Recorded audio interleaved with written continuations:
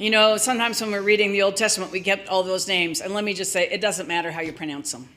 Stick with the story. Sometimes we can worry about little things. Amen? Come on. And we're figuring out, am I saying the name right? Am I saying the name wrong? We worry about that and we miss the story. So just get into the story. And we're going to talk really about a couple of characters today. 4 names is all that we have to really deal with. And that's Deborah. That's an easy one.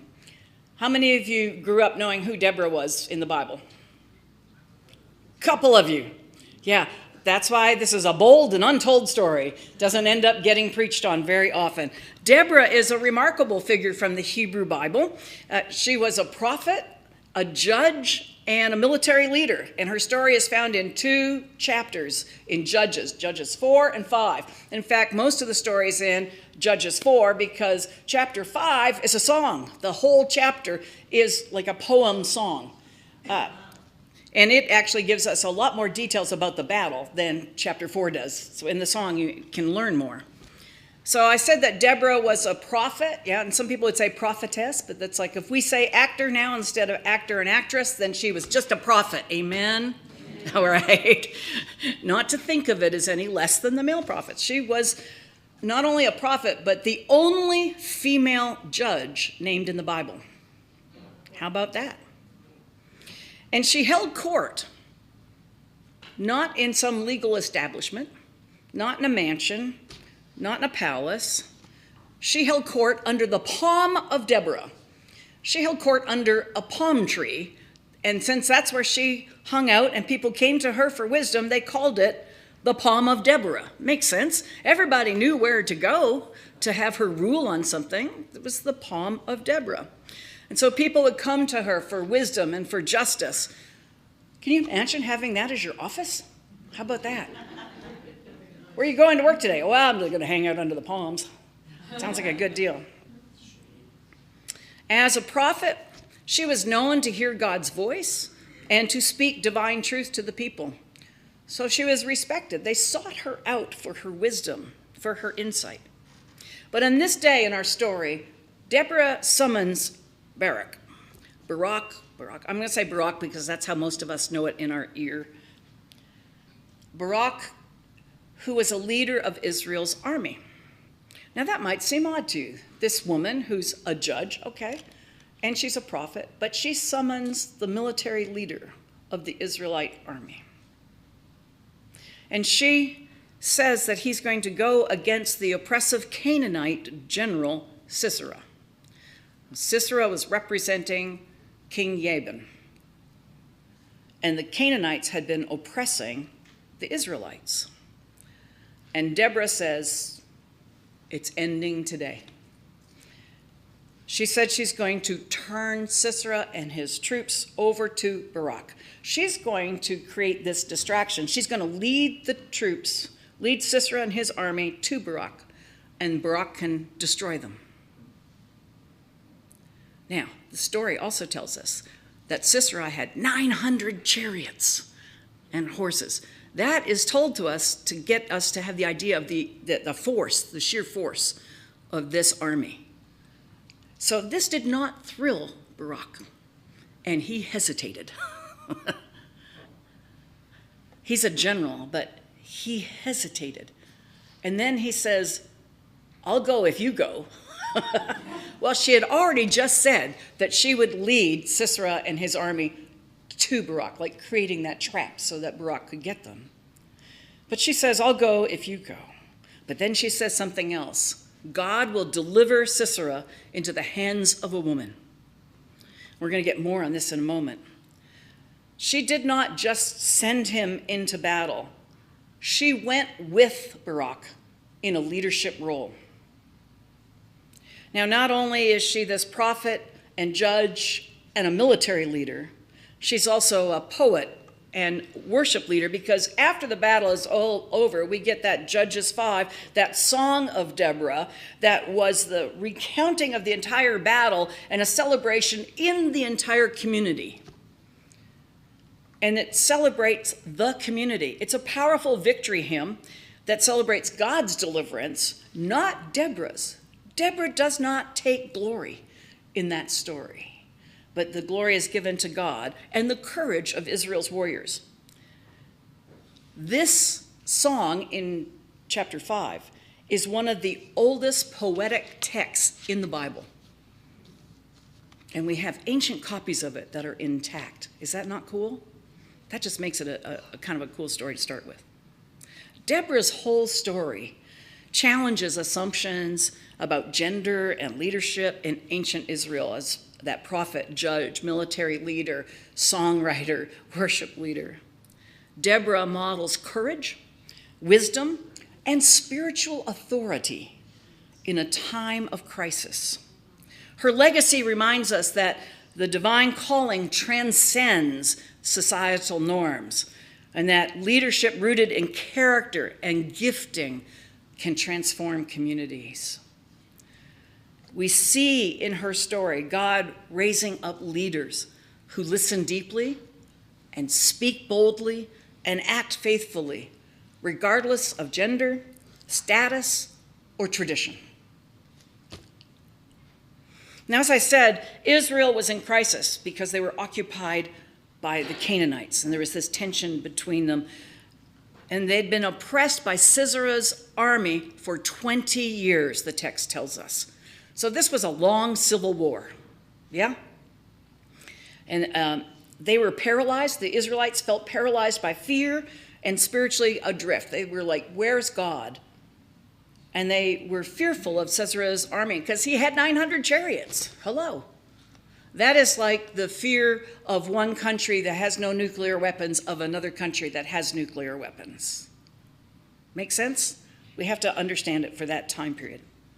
And it's in such a time as that God raised up Deborah, a woman, a prophet, a judge, a woman that found herself in the right place at the right time, who listened deeply and knew that this was the moment and had the courage to speak it and to speak it to Barak.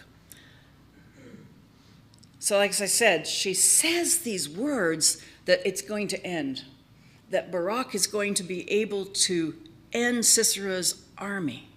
She says that bold prophecy from under this palm tree. There's a way in which that environment and the strength of her message almost seem in conflict with each other. It's like, how do you take that seriously? But she proclaims it. So I would ask you, what are the places of palms in our own communities today?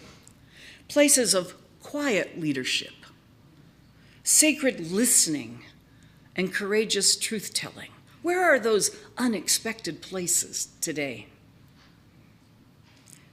Let us remember that leadership does not always happen in the halls of government or the halls of justice. Leadership happens amongst us. Yes? Well, you don't sound convinced. Leadership happens amongst you. Yes? So we have to ask, where are the places of quiet leadership? And are we listening to their voices? Where are those courageous truth tellers? Are you one of them? Is God calling you to speak more confidently? To declare God's presence in this moment? Now, as we've already noted, Deborah does not go off to fight the battle by herself. She's called Barak to rise up and to go seize this victory. And when he hesitates, Deborah says she's going to go with him. Her leadership, we see, is collaborative, prophetic, yes, but it's also empowering of others. She also, though, speaks the truth. God will deliver Sisera into the hands of a woman. That's in Judges 4:9. Now, at first, you might assume that we're saying that Sisera will be handed over to Deborah, right? That's what you would think. Is that right? No. Surprise, surprise. That's not how this story goes. We are introduced to yet another interesting character, Jael. This Sunday, you get a twofer. We're talking about Deborah and Jael. Okay, you're not even laughing with me on that. Aren't you excited? There's a whole other character to learn about. Anybody know who Jael is? A couple of you do. Most of you don't. Okay, I'm going to keep reading from where Kent left off. When it was reported to Sisera that Barak had marched up to Mount Tabor, Sisera summoned all of his 900 iron chariots and all the soldiers who were with him from Harosheth Hagoyim to the Kishon River. Then Deborah said to Barak, "Get up! This is the day that God has handed Sisera over to you. Hasn't God gone out before you?" See, that's a good thing, is to always remember that God has gone before us. Amen? God is always going before us. So Barak went down from Mount Tabor with 10,000 men behind him. 10,000 men. Okay, 900 chariots. Maybe they had different amounts of arms, but Barak had amassed 10,000 soldiers. And God threw Sisera and all the chariots and army into a panic right before Barak. Sisera himself got down off of his chariot and fled on foot. This guy they had been afraid of for 20 years ran away. Now, don't you think Barak was the same guy? Why was he scared this time? Act of God. Act of God, that he felt this panic, and he gets down and he flees. Barak pursued the chariots and the army all the way back to Harosheth Hagoyim, killing Sisera's entire army with the sword. No one survived. Whole other sermon on violence, another day. Meanwhile, Sisera had fled on foot to the tent of Jael, the wife of Heber the Kenite, because there was peace between Hazor's king Jabin and the family of Heber the Kenite. Did you catch that? So Sisera's boss, the king, was friendly with this guy, Heber the Kenite, and Jael is the wife of Heber the Kenite. So Sisera has fled to someone he thinks is an ally. Jael went out to meet Sisera and says to him, "Come in, sir. Come in here. Don't be afraid." Sisera says to her, so he went into the tent. Sorry, I skipped a line. Don't be afraid. So he went with her into the tent, and she hid him under a blanket. Sisera said to her, "Please give me a little water to drink. I'm thirsty." So she opened a jug of milk and gave him a drink and hid him again. Then he said to her, "Stand at the entrance of the tent. That way, if someone comes and asks you, 'Is there a man here?' you can say no. Go stand there and lie for me." Right? But Jael, Heber's wife, picked up a tent stake and a hammer. And while Sisera was sound asleep from his exhaustion, she tiptoed in to him. And she drove the tent stake through his head and down into the ground. And he died.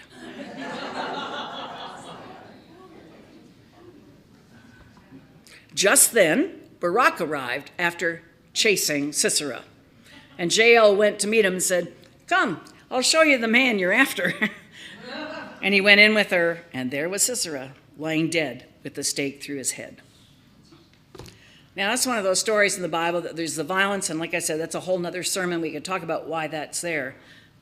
But what we see in this story is that when Deborah does this prophecy of that Sisera will be handed over to the hands of a woman, it's not her, it's Jael, who is a nobody. She happens to be married to someone that had a connection. And Sisera doesn't ask anything about her. He assumes it's the home of an ally. And Jael, this poor, relatively unknown woman, this nobody, takes care of Sisera, who had been threatening the whole country for 20 years. This story is about unexpected leaders. It's not about the violence itself. The story is really about unexpected people playing their part. Amen? Amen.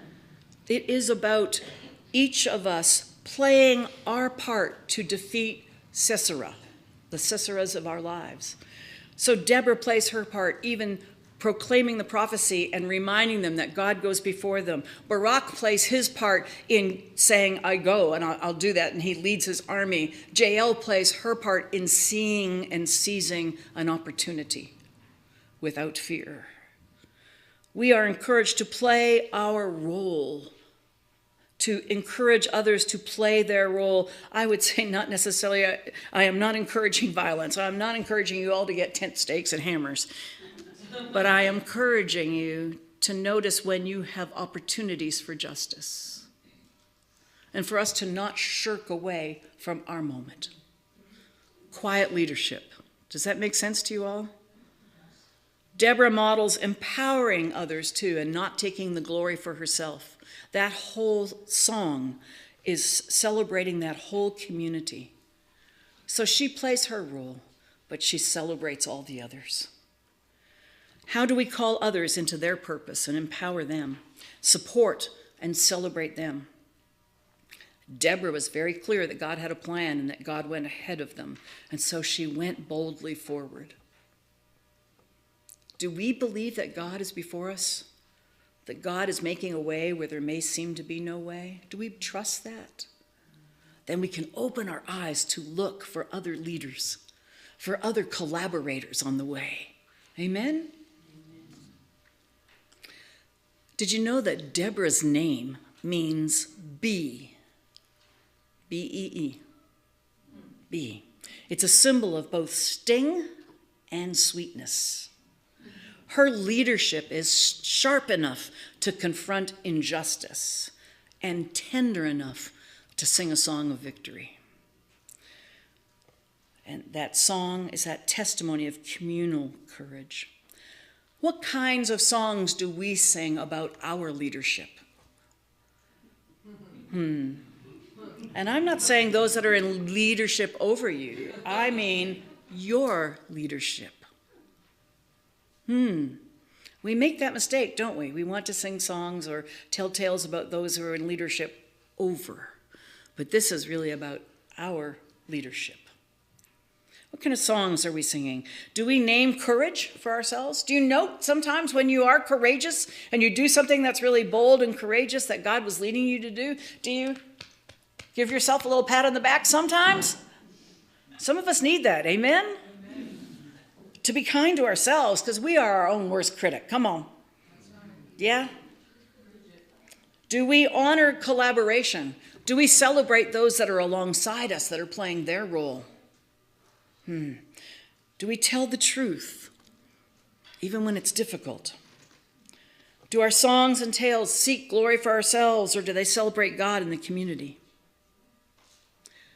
Deborah's presence under that palm tree, her presence on the military field, her presence in this story is one of a disruptor, too. She disrupts the expectations of that time period, and for us, a woman leading in a patriarchal society. It was. It's pretty radical that she was a judge and a prophet and a military leader. She was a prophet who was guiding military strategy. That's an odd pairing, too. See what I mean about disrupting expectations? And she was a judge who sings. She had that sting and sweetness about her. And her story reminds us all that God's call to each of us is not bound by convention, by tradition. It's bound by character and faith. So who are the Deborahs amongst us today? Who are the Deborahs in this room? Regardless of gender or sexual orientation, how are we making space for the Deborahs of today to speak, to lead, and to sing? How are we supporting the Deborahs who are in our midst? How are we celebrating those quiet leaders and those people who know how to just seize a moment, who are in the right place at the right time to take action? Are you prepared to prepare the way for others? And are you prepared to invite others to play their part? Not for you to step back in a way and not participate, but for us to collaborate together. That's the story of Deborah.